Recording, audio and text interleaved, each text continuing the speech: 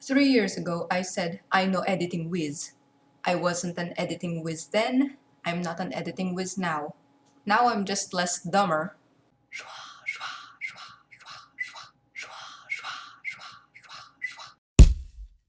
Sup y'all, welcome to channel Zarobski Crystal over here saying I've always wanted to remaster this since I've all the original footage and then some. I'm a little better at editing now and we're encroaching on 100 subs, so now's a good time as any. I'm not gonna delete the original since it's a gauge to see how far we've gotten. But here's me remastering the original in the format I've made for myself. As usual, if y'all all want to see is a speed paint to play music over, fine by me if you mute me. But if you came to stay, cop a squat, pour the wine, and cut the cheese. We're tripping down memory lane up in this bitch. The actual painting of activist Chimera was finished in December 2016. I'll try to recall what happened 4 years ago, and in the immortal combined words of Princess Anna Komnena of Byzantium and John Mulaney of Chicago. Strange, the passage of time. It makes you forget shit. Let's get to the specs.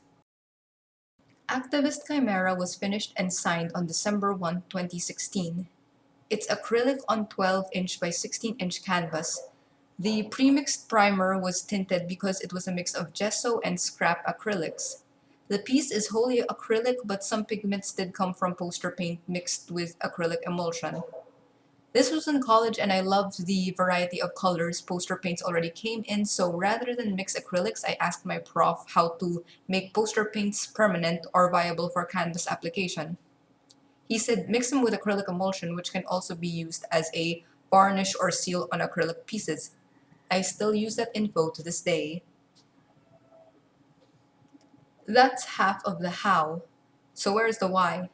Activist Chimera was made for a minor college class called Women's Studies. I think this was either a midterm or a finals project. I think we had the option of working in trios, duos, or solos. Of course, I chose solo. And we were asked to pick between topics or something. I forgot what the options were. Make an artwork, any medium, since I don't think our prof was as deep as we are in our field, and our blocks a mix of advertising kids and fine arts, me. And she was like, so major in your art. Okay, give me artwork. And then we had to present in class and submit it to her because she said something, use it in other classes or for a presentation of hers or something. To this day, I have no idea where the physical painting is. I ain't going into the details of this class or prof because I feel like that's a can of worms not meant for this video or channel. Just know that this was a class project I had to do, and my paintings on the generalness of being a female and women's potential. And yes, that includes trans women because they are women. At the time, I was reading Nicholas Gans's art book, Graffiti Women, Street Art from Five Continents, published in 2006. Oh, and pro tip, if you stop by a bookstore and see a pimpin' book, especially if it's a steal or a deal, take it. Treat yourself. You'll never know when you'll see it again. Not sponsored. Any bookshop, really. Anyway, so basically the book was a graffiti and street art gallery comprised of female artists. A lot of that graphic looks what inspired me aside from vectors and digital graphics and fauvism. In general, not just this project. Not only that, but you get tidbits from the taggers themselves. They either deal with sexism or shun the novelty of being a woman graffiti artist, and everything in between. Good read, great art book, cop a copy if you can, but it didn't have any Pinay artists. I recommend Cuckoo Ramos. Some of her works are totally my vibe. So we got activist Chimera's aesthetic down. Now what? She seems simple enough, but all those visual elements got baggage. Overall, the painting is on the capabilities of a woman and or a glorified romanticized state where she has a power in her words, like the megaphone or speech bubble in the heart. She's able to create from or find beauty in danger or repair damage brought by violence, like the flowers sprouting from the gun. She stands tall and proud despite her flaws while accepting them, like the leg prosthetic, and she utilizes her sexuality by choice and or feels beautiful without fear of being shamed for it, like the miniskirt and bra, or feel she has to always obey conventional standards of beauty, like the hairy hooves, which are an allusion to defying society preferring that women have clean shaven legs. Pinays ain't got no time for that shit. The flowers sprouting from the rifle are the lotus and the peony. The lotus being a symbol of beauty coming from unexpected places, while the peony being versatile since this flower was used for medicine as well as aesthetics, which I learned from another book called Japanese Tattoos History, Culture, Design, first edition by Brian Ashcraft and Hori Benny, which is basically a glossary for East Asian tattoo elements and symbols. Those traits being in line with the painting's total theme of a woman being multidimensional. I would have given her normal human legs plus the prosthetic for a unified look, but felt the hooves would capture attention and interest faster and make the audience question their presence. References: the gun is based on the M4A1 assault rifle and the prosthetic is based on Autobox fitness model. I even had a classmate thought I was referencing Gazelle from Kingsman at the time. Meanwhile, the Bex at the megaphone's corner is my chosen shorthand for Becky with a good crosshair, my Steam username. There's the why. Now for the second half, the how.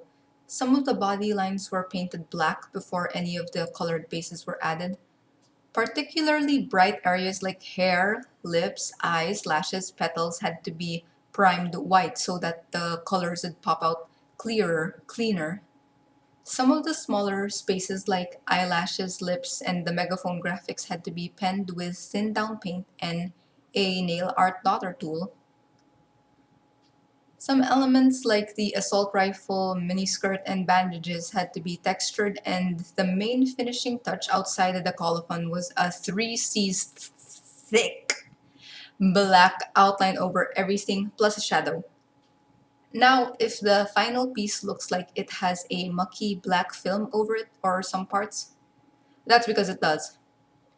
You see, Crystal Cult, activist chimera, if memory serves correct, is the textbook definition of a rush job.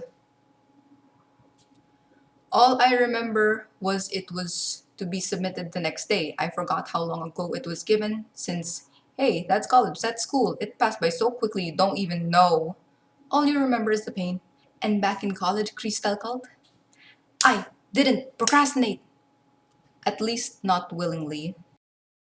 Man, you have plates from majors, assignment from minors, required reading, group work, field work, outreaches, NSTP, and mandatory school shit like assemblies on top of all that, not to mention my perfectionist, ambitious, flat ass aiming for 140% in my major's projects, finna being detailed and shit. Why else did I paint like I'm running out of time? Art day and night like I'm running out of time, like tomorrow won't arrive, like I needed to survive. Every second you're alive, every second you're alive. Walang aawat, walang susuko, walang tulugan, no retreat, no surrender, shift ka dyan. I died in nursing, which was a course I chose on my own, by the way. I ain't gonna die where I'm actually adept at cause I'd look twice as dumb like a drowning fish. So yeah, maybe we had to organize and prioritize, and of course some shit had to be put on the back fucking burner. Anyway, Activist Chimera was due when I got to school. It was maybe the early hours and I was painting like I was running out of time because I was. I hadn't slept in a week. I was weak. I was awake. You never seen a bitchy artist more in need of a break. Yo, I was about to break, I think.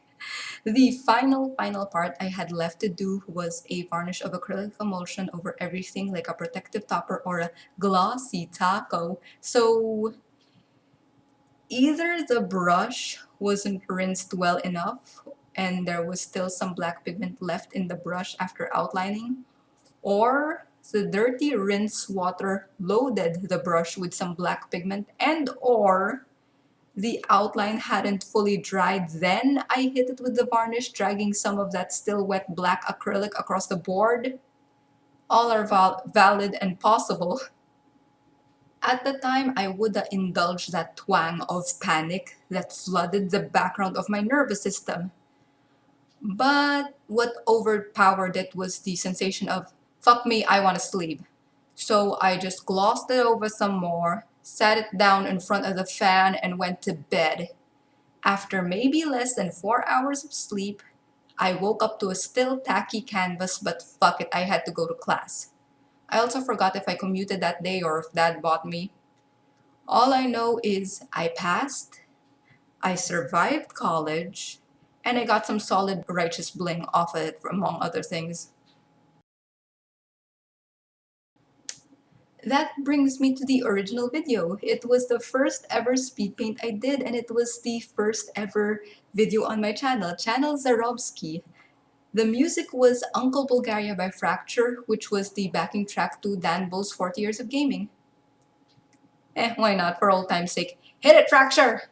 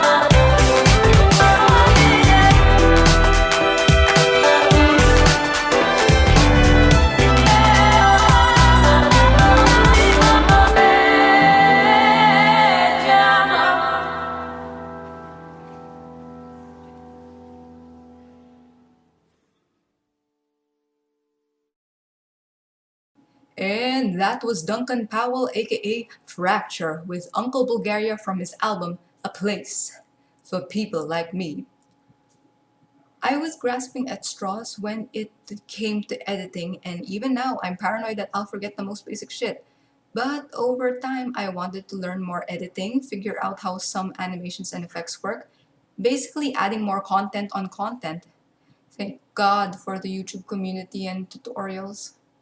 And thank y'all for being with me on this journey as the Crystal Cult reaches 100 subscribers. I don't want to say anything that might jinx what I've planned for 100 subs aside from Subscribe to get crystallized, and ciao for now. I remember the music kids rightfully complaining about mandatory events because all they want to do is practice. Shouldn't you be practicing? Ling ling for the hours!